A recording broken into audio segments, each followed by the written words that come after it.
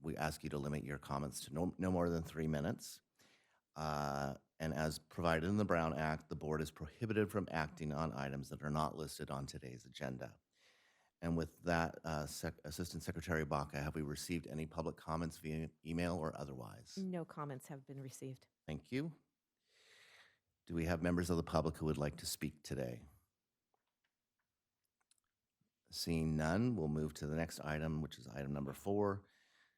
Similarly, although this is public comment on items that are listed on today's agenda, and again, we'll ask that you keep your comments to 3 minutes or less. Do we have any members of the public who would like to speak on items on our agenda today? Seeing none, we'll move to item number 5, which is our consent calendar items. I'll ask if there are any directors here who would like to pull one of the 3 items that's listed, and if not, I'll look for a motion which would lead to further discussion, and then if not, I'll look for a motion to accept as presented. Director Gracia?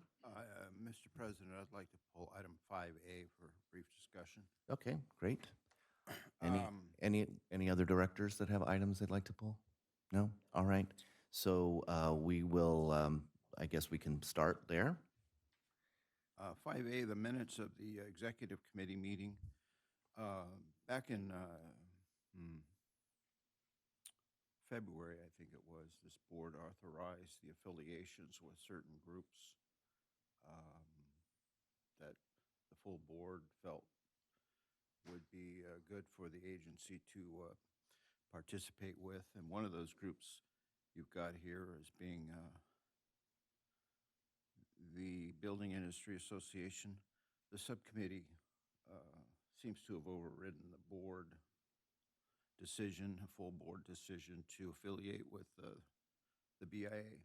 And I think it should come back to the board for discussion.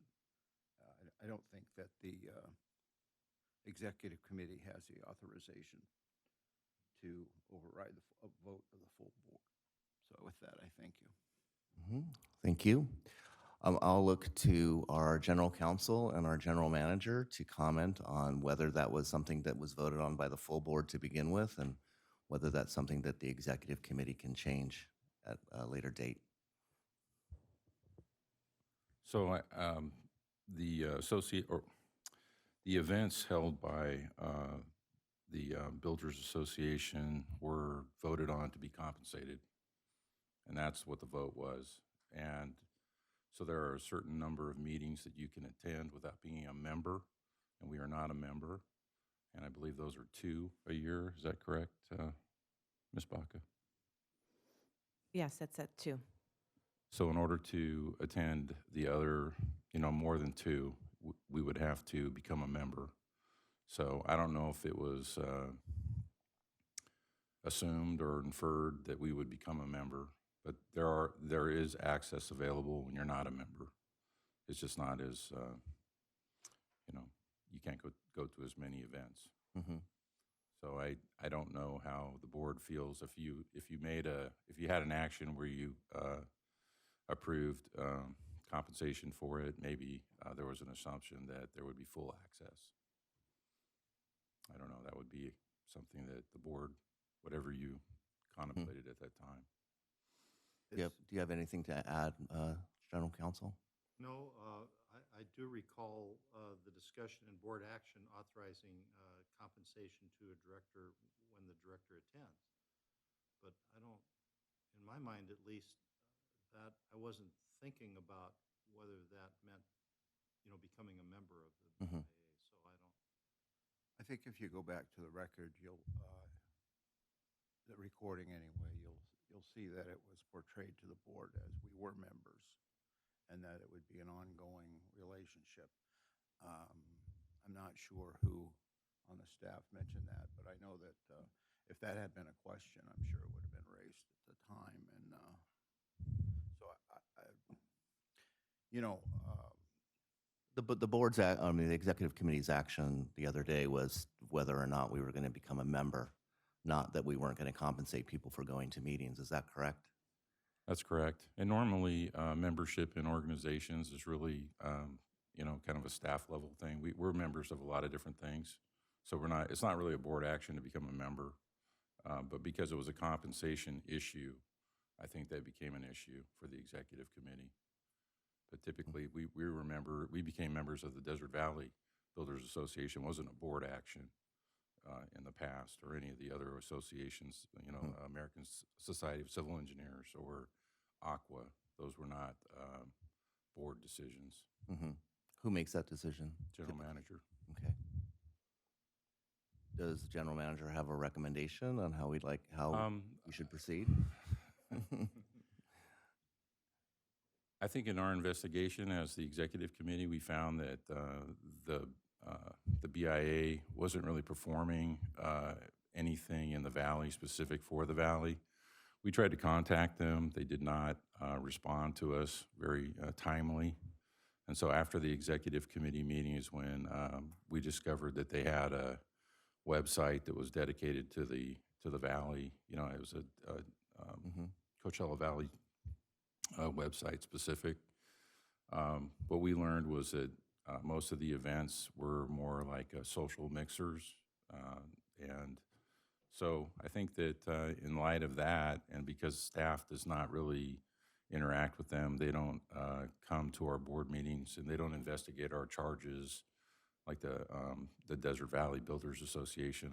I don't really have an affiliation with them. I don't do anything with them. So it'd be my recommendation that, you know, we don't become a member. But if the board made an action to compensate those meetings, I think there could be an inference that we would become a member, and the membership is not, you know, not that much. So I think we could do that without much issue.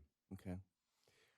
Well, my recommendation is that we can address this again at the next executive committee meeting, now that we have more information that we didn't have the last when we met.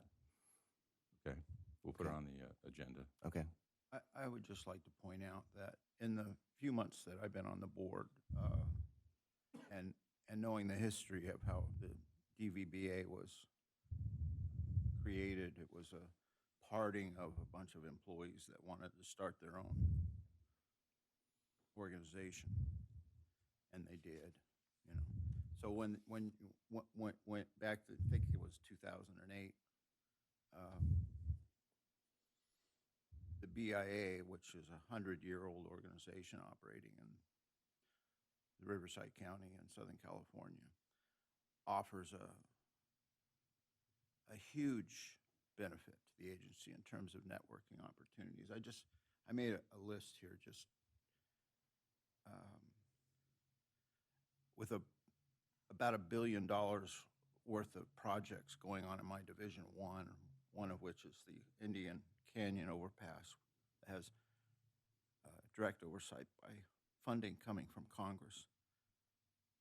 I was able to spend nearly 2 hours sitting with our congressman talking about things that would begin to lead to being able to, you know, kind of corral his attention on that subject, as well as a new subject that's come up, and that is direct oversight by Congress, and that is the purchase or the transfer to local control of the section of land that's currently under control of the Bureau of BLM, Bureau of Land Management.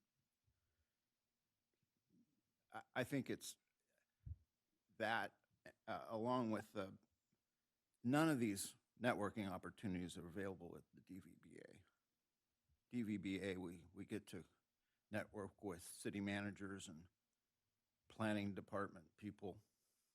Literally the highest ranking official I think that's come to a DVBA meeting is city managers of the various cities, where the BIA offers a whole nother level of opportunities for networking. I would encourage you all to participate and to approve it, of course.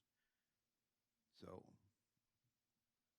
I'll read the list of the few people that: Supervisor Chuck Washington, Riverside County Supervisor; Riverside County Supervisor Karen Spiegel; our Assemblyman Greg Wallace; Assemblyman Bill Asaley and Congressman Ken Calvert, who is our congressman.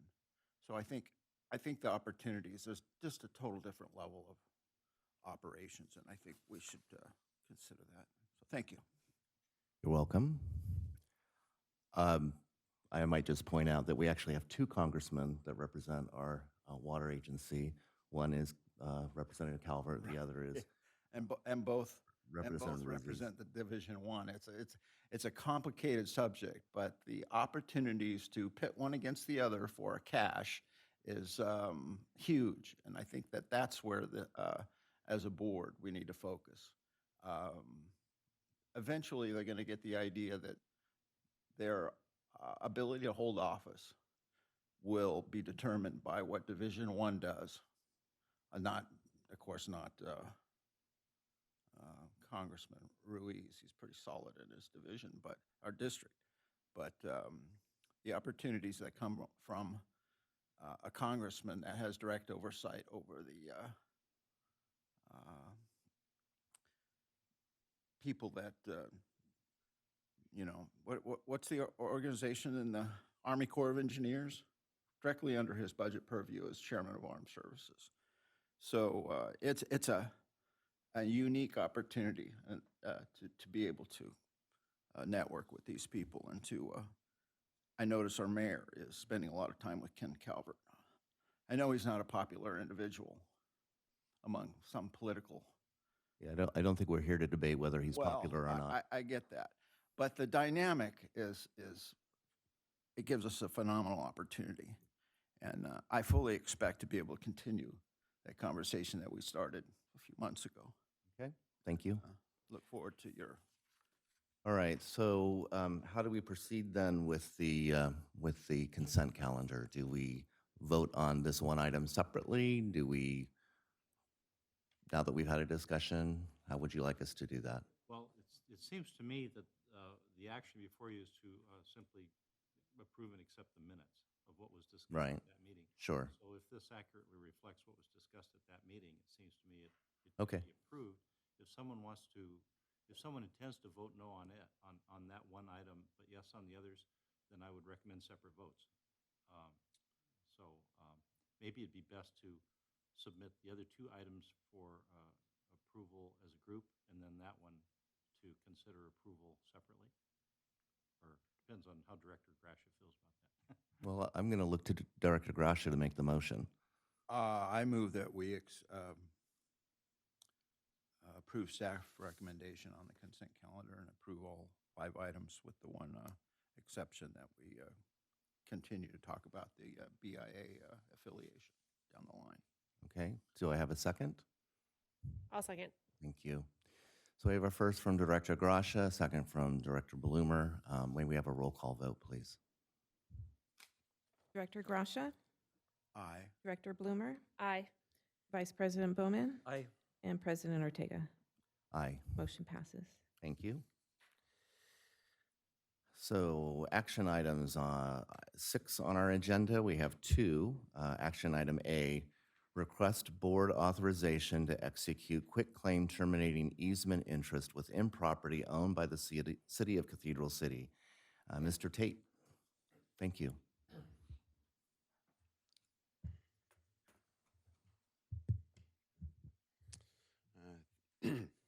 Thank you, President Ortega, members of the board. In 2007, the city of Cathedral City provided the agency with an easement for sewer and water pipelines. The easement was part of a hotel project on the southwest corner of the intersection of East Palm Canyon and Date Palm Drive. The hotel project was not constructed. Recently, there has been interest in developing the land for mixed-use commercial and residential project. In the process of working with Cathedral City and the developer for the project, Cathedral City staff noticed an error in the 2007 easement. The easement was given to the agency by Cathedral City when land was owned by the Cathedral City Redevelopment Agency. So you see attachment 1, that's the easement was given to us. Cathedral City has since acquired the land under the name of City Urban Revitalization Corporation. Desert Water Agency requested and received a revised easement from City Urban Revitalization Corporation on April 25th, 2023. See attachment 2. Cathedral City has requested that Desert Water Agency vacate the 2007 easement to clear title to the land. A quitclaim deed would be required to vacate the easement. See attachment 3. There is no fiscal impact, and the agency's legal counsel has reviewed the quitclaim. Staff recommends authorization to execute the quitclaim, terminating the easement interest as depicted in the attached quitclaim. I'll be happy to answer any questions if you have any. Thank you. Director Grasha, do you have any questions? Just to clarify, when you, Cathedral City owns this? Is that what I heard you say? So currently, it's not owned by Cathedral Okay. City. When the easement was, okay, in 2007, it was not owned by Cathedral City, but it was controlled by Cathedral City through the redevelopment agency. Okay, So it's more of a clerical error. okay. Currently, the Urban Revitalization Corporation has sold the land to the developer. So at this moment, the land is owned by the developer, but at the time that they gave us the current easement a few months ago, it was owned by them. So does Cathedral City own the company? Is that, because that's what when you gave the report, I was like, wait a minute. City Urban Revitalization Corporation is controlled by Cathedral City. So I looked it up, and their executive members are city management. They're tricky over there. So, are you looking for a motion? I was actually asking if you had any That's a questions, question. and you I was it's, like, wait a minute. any other questions from members of the board? No? No. Okay, so I'll look for a motion. Move the staff recommendation. Thank you. I'm looking for a second. I'll second. Thank you. First from Director Grasha, a second from Director Bloomer. May we have a roll call vote, please? Director Grasha, Aye. Director Bloomer, Aye. Vice President Bowman, Aye. and President Ortega. Aye. Motion passes. Thank you. Thank you. Thank you, Mr. Tate. Right, item 6B, request board action regarding claim filed by Amon Smith and Marcy Law Firm. General Counsel Riddell. Yes, Mr. President, members of the board, the agency received a claim filed by a law firm on behalf of an individual named Carrie McCormick, but presumably or allegedly on behalf of a larger class of potential plaintiffs who are not yet identified, so they're referred to as putative plaintiffs. And the claim is alleges a violation of the California Civil Rights or the Civil Rights Act against CalPERS in the way that CalPERS has been calculating retirement benefits for certain employees who had reached a certain age. So the claim alleges that there is discrimination in the way those benefits have been calculated. The law firm determined that they needed to provide the claim not only to CalPERS but to all CalPERS members who may have individuals who would be in that class. If they were to prevail on the claim, the effect of it potentially would be to increase the benefits that have to be paid, which for the agency would mean increasing your unfunded liabilities. Probably a small amount, but I don't know. I don't know what that calculation is. And so you certainly do not have enough information at this point, I don't think, to approve the claim and say, yeah, you're right. We don't know that at all. And the recommendation is to take action to deny the claim. And so that's the staff recommendation. That's probably consistent with what CalPERS needs and what every other member is going to do.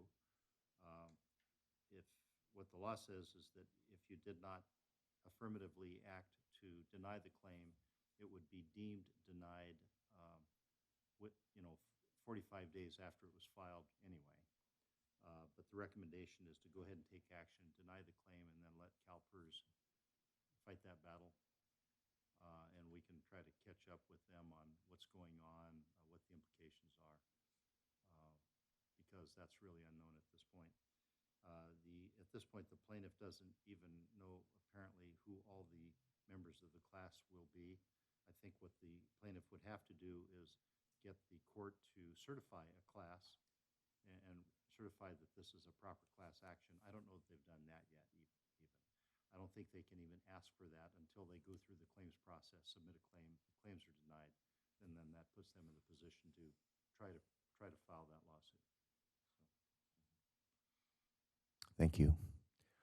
Director Grasha, do you have any questions? No questions. Thank you. Director Bloomer? No questions. Vice President Bowman? None from me. Okay. So I'll look for a motion to accept staff's recommendation. Move the staff recommendation. Thank you. A second, please. I'll second. Thank you. A first from Director Grasha, a second from Director Bloomer, and may we have a roll call vote, please? Director Grasha, Aye. Director Bloomer, Aye. Vice President Bowman, Aye. and President Ortega. Aye. Motion passes. Thank you. We can move to item 7, which is the General Manager's Report with Mr. Johnson. Thank you, President Ortega, and members of the board. It's a very short report. The first item is our HR meetings and activities. Ms. Hopping is not here today. She's taking a vacation, a well-deserved vacation, but she did attend several webinars, and she put together our blood drive, and which is our second item, our blood drive on August 9th. Very successful. We had 20 donations during that period. I think it was from 8 a.m. to 1 p.m. And that's an average of 4 donors per hour. And that's about 10,000 milliliters of blood that we were able to donate here at the agency. Just a little fun fact there. I was curious to know how much blood an individual donates, and it's around 500 milliliters of your blood. So, the next item is our system leak report, 43 over that period. Fairly high due to mainly a Vistocino is causing us some havoc there. That is a main that we are currently under design. It's a difficult main in the sense that it's in Caltrans right away, so we'll have to deal with Caltrans on that aspect of things. And it's a larger main. But we are designing it, and hopefully we can take care of this to eliminate these leaks. And the next item would just to be general manager's meetings and activities. And on this list, you'll notice that either my name or GM Krause's name, that means that we attended that meeting individually, and then if there is no name, that we both attended those meetings.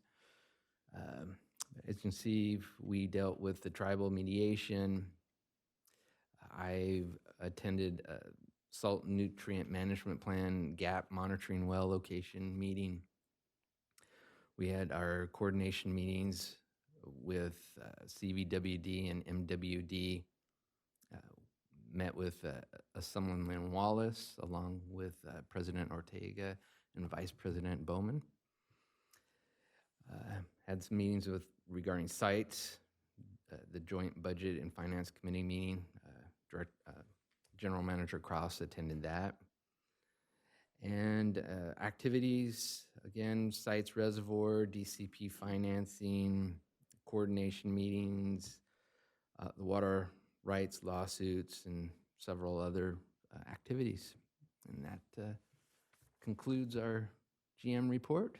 Happy to answer any questions you may have. Thank you. Director Grasha, do you have any questions for? No questions, no comments. Thank you. Dr. Bloomer? No questions, no comments. Vice President Bowman? No questions, but I have a comment, and that is I appreciate how you guys are tag teaming this, and it's a great transition. Thank you. Yeah. Yeah. Thank you. And I have no additional comments or questions, so we can proceed to the next item, which is number 8 on our agenda, directors reporting on events or meetings attended on behalf of the agency. So would each board member report out on meetings or events that you attended on behalf of the agency since our last meeting 2 weeks ago? And please let us know the date of the event and the event name. So we'll start with Director Gracia. Yeah, thank you. On Thursday, August 3rd, I attended General Manager Arden Wallam's retirement event at Mission Lakes with most of the board, I guess. And on August 8th, interestingly, I attended the Coachella Valley Water District Board meeting.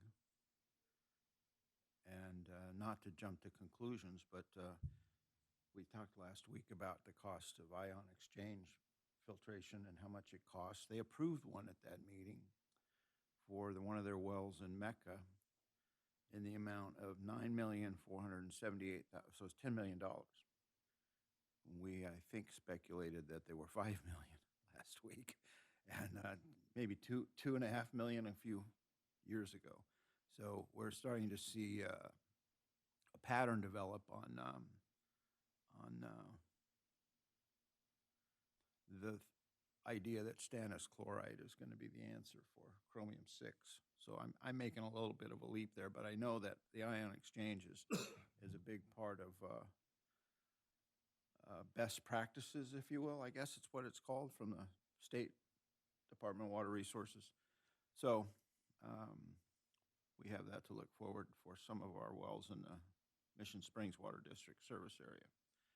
On August 9th, I attended the Mission Springs Water District. I watched it online, special meeting that was called as a result of our meeting and our agenda item at the last board meeting. They called the meeting that day or that night or the next day to discuss the chromium-6 issues. I believe Director Bauman was there in person. Was that right? And they also discussed the beginnings of their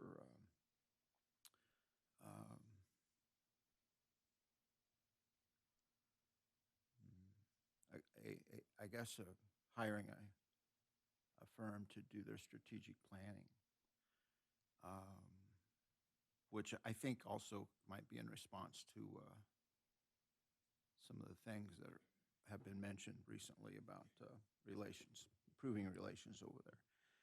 I know that we have a strategic plan in place, and it'd be nice to maybe bring that to the board and go over what the highlights of that are at some point in the future. And with that, that's it. The August 9th meeting at the MSWD, of course, is non-compensatable. But I guess the August 3rd and August 8th is. So with that, I thank you. Thank you. Director Bloomer. Okay. On Thursday, August 3rd, I also attended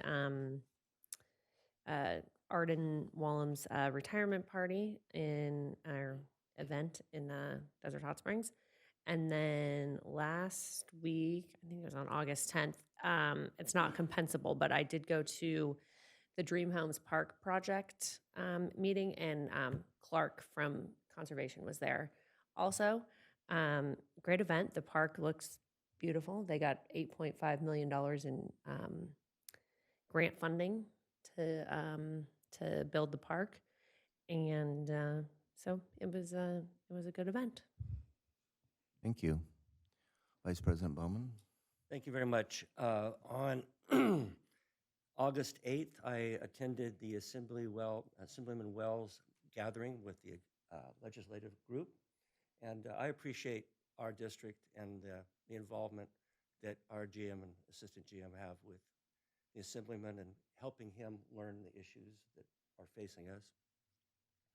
On August 9th, I did attend the MSWD meeting.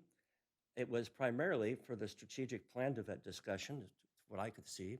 And they put also the Chrome 6 there. I have a feeling or an observation, they're very serious about dealing with the regulation coming our way from the state. Their main consultant is a gentleman named Chad Siddell, who did his PhD on the topic of Chrome 6. And I thought that was really interesting. He threw out a few tidbits of data as he was presenting himself, his report to them. One of the things I wrote down is he said there have been some recent studies that show a safe level above 200 parts per billion. And I thought, wow, I had never heard anybody say that. He did throw out the idea that conversion using stannous chloride would be something hopefully feasible. And he made a very bold comment. He said the level of 10 parts per billion, in his opinion, will stand in the state, and it will be something that we'll have to deal with. I thought that was a very interesting statement that he made. All in all, I think MSWD, I think they had 5 wells that had higher than the state requirements of 10, and only 3 of them are in production. But there seems like they're working on it and looking at it. He did say, the consultant, that they have 2 years to comply when it finally gets done. And as we all know, 2 years seems to be a quick amount of time, a short amount of time, but often it's really a long time when it comes to figuring out what to do. And so it was a very interesting meeting, and then most of the time was taken up by the strategic plan discussion, which is what every district does. And I agree with Director Grasha. I'd like to see what ours is and where we're at and benchmark to it. Thank you. So in addition to the August 3rd event for the retirement of the former general manager of the Mission Springs Water District, which has been mentioned a couple of times, I also attended the August 8th meeting with staff and Vice President Bowman in Assemblyman Wallace's office. This is the second time we've had, I think, opportunity to meet with him. I spent some time talking about bills in the Senate, or in the Assembly and the Senate, that are working their way through in the state capitol, that we would like his support or more engagement with, particularly with regard to the bond measure that is being anticipated, and some of the I want to say priorities of that bond. So that was a good meeting. I find that he is pretty well versed in issues related to water already. So it's more being specific about such as I said, the bond issues and priorities, at least as this agency sees priority. And with that, I'll close out that item and move to the next, which is 9, director's comments and requests. We'll start with Director Grasha. Thank you, Mr. President. I just wanted to make the point that earlier, agenda item 5A, I spoke about the Indian Canyon overpass project. And I understand that the federal government has authorized $3 million toward the design and development of that project, which is good news for the people of Palm Springs and Desert Hot Springs. Also noted is $30 million more from the Biden administration for the sites project, which puts it now at, well, this year they've given two grants of $30 million. So they're at $60 million for that, and I believe another, I forget how much the loan is that they're authorizing, but it's was it $1 billion or something? I forget. But it's moving in the right direction, so that's good news there. Also wanted to correct the record a little bit on the Mission Springs their wells. I have here a document where that explains exactly what their situation is over there. They have 1, 2, 3, 4, 5, 6 wells that are actually in service that provide about 20,000 gallons a minute, and all 6 of them exceed the legal, proposed legal amount of chromium-6. They have 4 wells that are outside of the system, outside of the Desert Hot Springs system, so that's like out toward Windy Point, and combined, they don't even produce 900 gallons a minute. So to say that there's only 3 wells over there that are a problem, or whatever it is what we're hearing coming out of Mission Springs, I beg to differ. Their well number 24 produces 1,200 gallons a minute. Its hexavalent chromium is at 10. Well number 27 produces 1,100 gallons a minute, and their hexavalent chromium is 13. Well number 29 produces 1,700 gallons a minute, and their hexavalent chromium level is 17. Well number 31 is 1,900 gallons a minute, and their hexavalent chromium level is, again, 10, which is down from 11 the last time they tested, which was interesting. Well number 33, 800 gallons a minute, and their hexavalent chromium level is 10.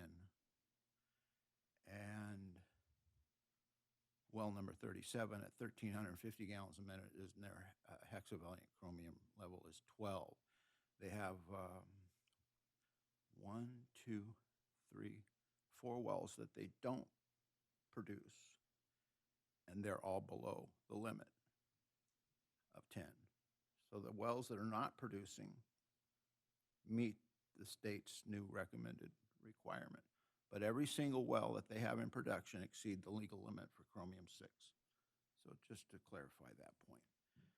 That's according to a document from Mission Springs Water District. And with that, I thank you. All right, Director Bloomer.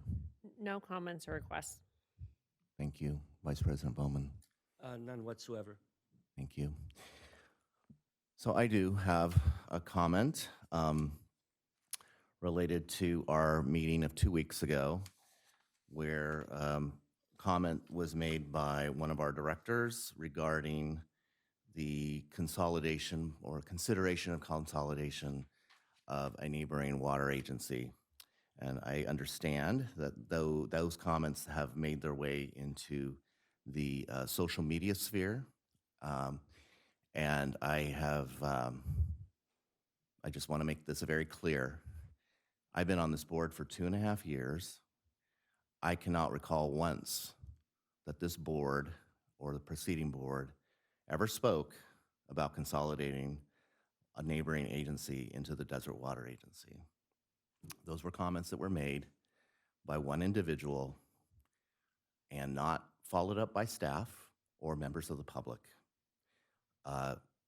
Conversations like that are, when we make comments in the public that are not supported by the board, those are comments that are made by individual board members. They do not represent the view of this board until and such time that we actually vote on a policy. That is purely speculation on the part of one board member. And with that, I will close this part of our meeting and we'll move into closed session. I have 8:41, so I would like to meet again at 8:50 in closed session. Thank you.